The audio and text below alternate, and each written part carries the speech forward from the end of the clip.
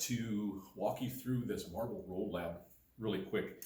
Marbles on a hill, so that you kind of have an idea of what's going on. The piece I want to share with you though is that we are still working with velocity is equal to a distance divided by time. So to find how fast something is going, you measure a distance and you divide it by that time it takes to go that distance, to cover that distance.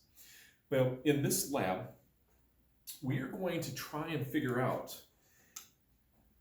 does a marble, we're going to use your Chromebook as a distance. Your Chromebook is 30 centimeters long, so we know that our distance in this lab is always going to be, distance is always going to be 30 centimeters because that's how far you're sending it. So basically what we're doing is we're taking an object that rolls. You can take a marker, roll it. You can take a marble, roll it, whatever you want to do. What you're going to do is you're going to be timing it from the start to the bottom.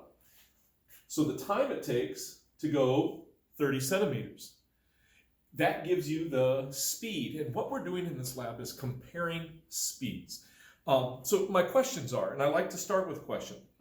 If I start with the pen up here and I get a speed, let's say 10 centimeters per second. If I start halfway down, is my speed only going to be half as much?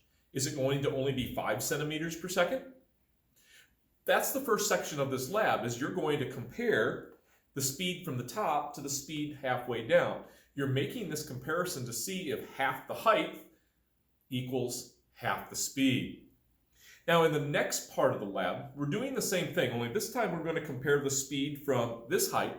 Then we're going to double the height. Does doubling the height double the speed? And you're going to do the same thing. So in our procedure, you're going to take and you're going to have a stopwatch. You can use your phone, you can use another laptop, whatever you want. And you're going to go start, stop. And if that took,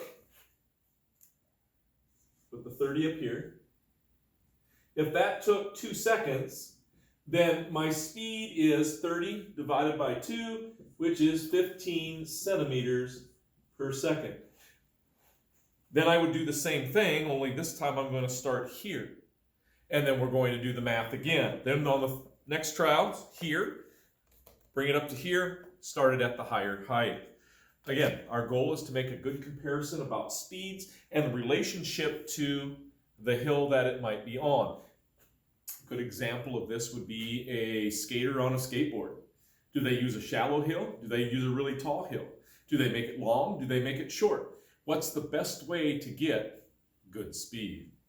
Hope this helps as an introduction. You guys have a great day. If you have questions, get a hold of me ASAP.